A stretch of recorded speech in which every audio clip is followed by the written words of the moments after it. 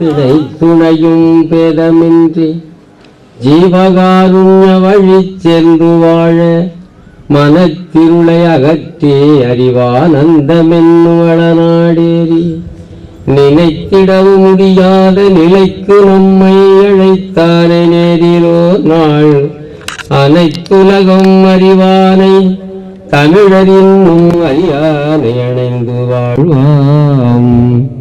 அருட்பெரும் ஜோதி அருட்பெரும் ஜோதி தனிப்பெரும் கருணை அருட்பெரும் ஜோதி. பெரியவர்களே, ஆன்மீக ஒருமைப்பாட்டுடைய மெய்யன்மைகளே, எல்லாருடைய அருட்பெரும் ஜோதி ஆண்டவருடைய தனிப்பெரும் கருணையினாலே இந்த அண்ணாமலை நகருக்கு நமது பாபுசாதி ஐயா சுவாமி அவர்களுடைய ஆசிரமத்திலே இன்று நாமெல்லாம் வரலாறுடைய விழாவிலே கலந்து கொள்ளக்கூடிய ஒரு பேர் பெற்றுள்ளோம். நாம் எல்லாம் பாக்கியவான்கள். இந்த உலகத்திலே எத்தனையோ கூட்டங்கள் எங்கெங்கே கூடுகின்றன. ஆனால் இப்படி ஒரு நல்ல பெரியவர்கள் சபையை காண்பது நல்லார் இணக்கமும் நன்பூசை நேசமும் ஞானமுமே அல்லாது மற்ற வேறு நிலையுள்ளது என்று பெரியவர்கள் சொல்வார்கள். நல்லார்களை காண்பது மிகவும் கஷ்டம். நல்லவங்க சொன்னால் ஒரு 100% தப்பு இருந்தால் கூட ஒரு 2% குறைச்சிருந்தா கூட அவங்க நல்லவங்க தான். ஏன்னா கொஞ்சம் நல்ல வழியில் கிடக்கிறதுக்கு ஆரம்பிச்சுட்டாங்கன்னு சொன்னால் அவங்க அது இப்போதான் அந்த கடலை கடப்பதற்கு ஒரு கட்டுமரத்தை ஏறிக்கொண்டார்கள் என்பது பொருள்.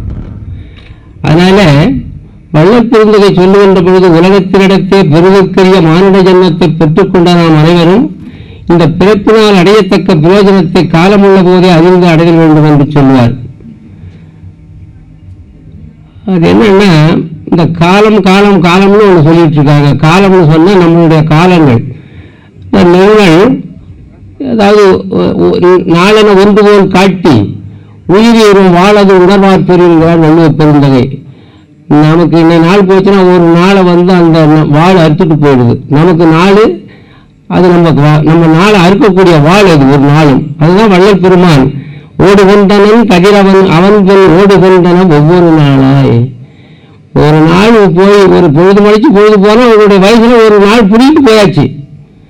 இப்போ ரொம்ப நமக்கு மரணத்துக்கு சமீபத்த இடத்துக்கு போயிட்டு இருக்கிறது தான் அதனுடைய அறிகுறி. நாம் இந்த கொஞ்சம் வாழ்க்கையில எத்தனையோ காலம் இருக்கிற மாதிரி நம்ம நினைச்சுக்கிட்டு இருக்கிறோம். அது ஆழ்வார் ஒருத்தர் சொல்ற போது என்ன சொல்றாருன்னா, ஆனநூல் பிராயம் 100ங்கிறார். ஒரு மனிதனுக்கு அமைக்கப்பட்டது 100 ஆண்டு. இந்த 100 ஆண்டுல பாதியும் உறங்கி போச்சுங்கிறார். அதாவது ராத்திரி பகல் 24 மணி நேரம் சேர்ந்தா தான் ஒரு நாள். ஆனா அதுல பாதி நம்ம தூக்குறோம். பாதினா இப்போ 50 வயசு ஆகிப்போச்சு. இப்போ 50 வயசு தான் நம்ம இருக்கிறோம்.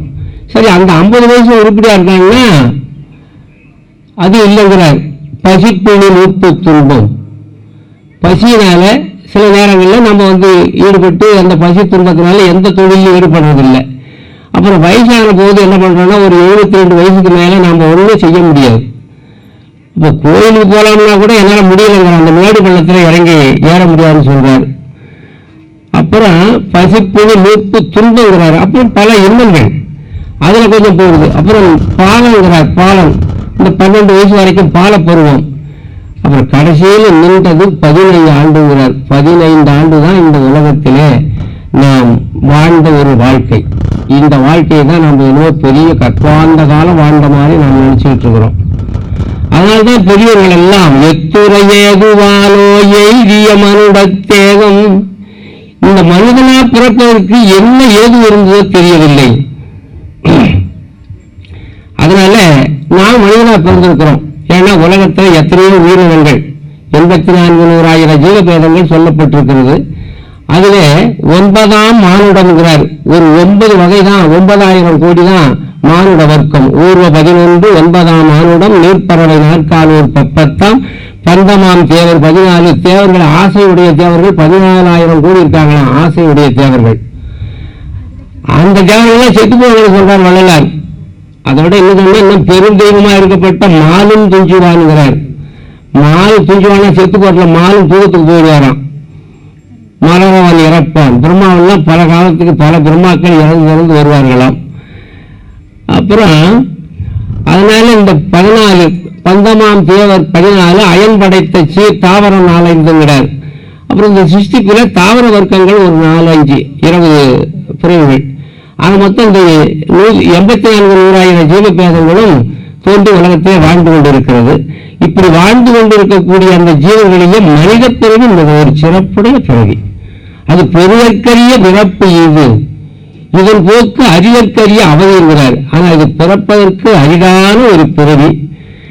ஆனா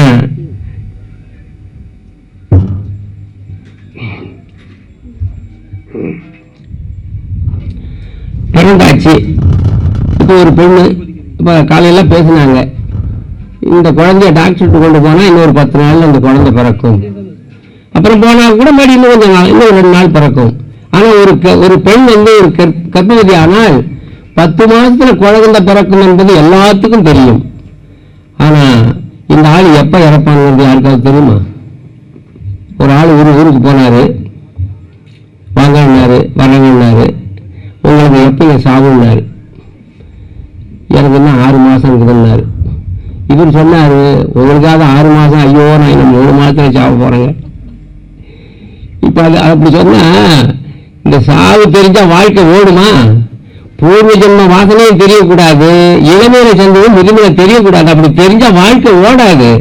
அதனாலதான் திரோதான சக்தி என்ற ஒரு சக்தி மறைச்சிருக்குது. அது வேளாணத்துல ஆவரண சக்தின்னு சொல்லுவாங்க, சைவ சித்தாந்தத்தில் திரோதான சக்தின்னு சொல்லுவாங்க. அது மறைப்பு சக்தி.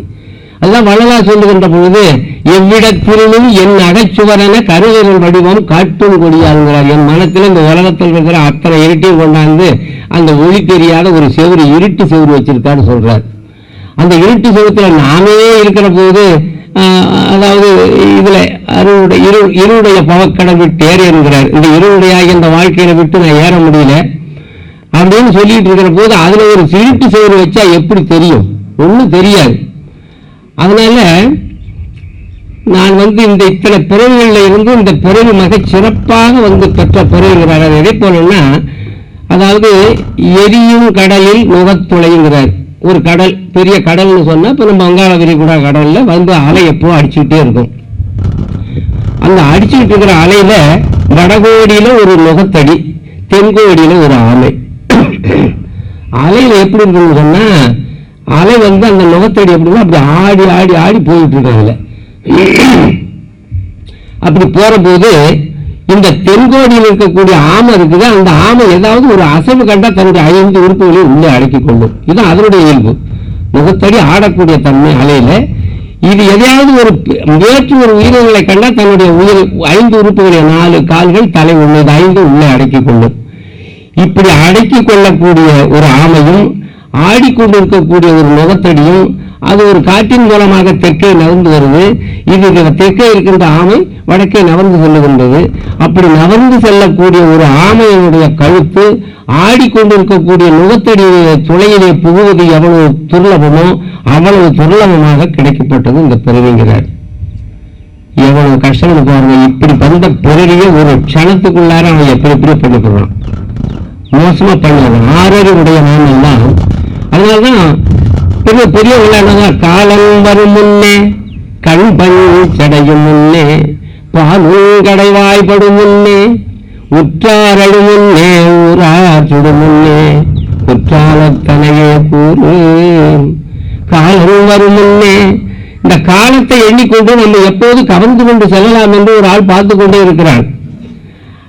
இந்த காலம் வரும் முன்னே நல்ல பார்வை, இந்த கண் பஞ்சு அடையும் முன்னே. இந்த கண்ணெல்லாம் பஞ்சு அடைஞ்சு பார்வையெல்லாம் கொஞ்சம் சரியா இல்லைங்க. அருணகிரியார் சொல்றார், இந்த வாழ்க்கை எப்படி போகும்னு சொல்றாரு. இந்த மனிதன் பிறந்தா இந்த வாழ்க்கை எப்படி ஆகும், நீ எப்படி ஆகுங்கிறது அருணகிரியார் நம்ம சரி சொல்றார். முனை இழந்தது மேட்டி குலைந்தது. அதாவது எதுல இருந்தாலும் ஒரு மனிதன் என்ன பண்ணுவான், அந்த இரத்த துடிப்பு நான் தான் முன்னே ஒரு தண்டனை இருந்தா கூட முன்ன வருவான். அந்த முனைப்பு இப்ப போயிட்டுது.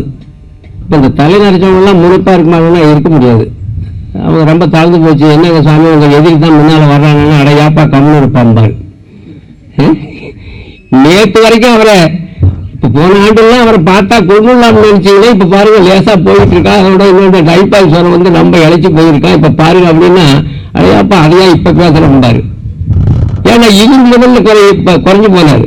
அதனால முனை இழந்தது மேட்டி உலைந்தது என்ன ஆச்சுன்னு சொன்னா, இந்த எங்க பார்த்தாலும் நான் தான் தலைவனாக இருப்பேன், எல்லா விவகாரங்களையும் நான் தான் தலைவன். இப்ப இங்க நீங்க நல்லா பார்த்துக்கிட்டு இருக்கிறீங்க. நாங்க இன்னைக்கு தான் இந்த ஆசிரமத்துக்கு ஒரு நாள் ராத்திரியில் வந்தோம், அப்பவே போயிட்டோம். இப்போ வந்து 2 நாளா தங்கி இருக்கிறோம். இப்ப சாமி அமைதியாத்தான் உட்கார்ந்து இருக்கிறார். சாமிக்கு இவருக்கு கொடுத்த பேரு அருமையான பேர். யாரு வச்சாங்கன்னு தெரியல. அழுத்தஞ்சோதி ஆண்டவர் நம்ம காலத்துக்கு வச்சிருக்கணும். இப்ப சாமி உட்காந்து விவகாரம் அது பாட்டு நடந்துட்டு இருக்குது. சட்டம் நினைக்கிறான் நான் நான் நான் நான் நான் நான் நிற்பான். அப்படி நான் நான் என்னன்னா நான் என்று ஒரு அகந்த வந்து நலிந்தவுடன் சகமாகி தானே வந்து தொடருங்கிறார். இந்த நான் நான் நான் நான் யார் இருக்காங்களோ எல்லா துன்பங்களும் அது கூப்பிட வேண்டாம். அது வந்து அங்கதான் இருந்துக்கும். இந்த ஆண்ட போனதாண்டா சௌகரியமா இருக்கலாம், அங்க போய் இடிச்சுக்குவான், எங்கேயாவது வம்பு அடிச்சுட்டு கிடப்பான் அப்படின்னு எல்லா துன்பங்களும் அங்க வந்து அடைஞ்சு போகும். அதனால இந்த நான்கிறத எப்போ ஒழிக்கிறார். ஒரு குரு கிட்ட வந்து ஒரு 10 பேர் சீடர்கள் பாடம் கேட்டாங்க. இப்படி பாடம் கேட்டவொடனே ஒரு நாள் பரீட்சை வச்சார். அப்புறம் பரீட்சை வச்சு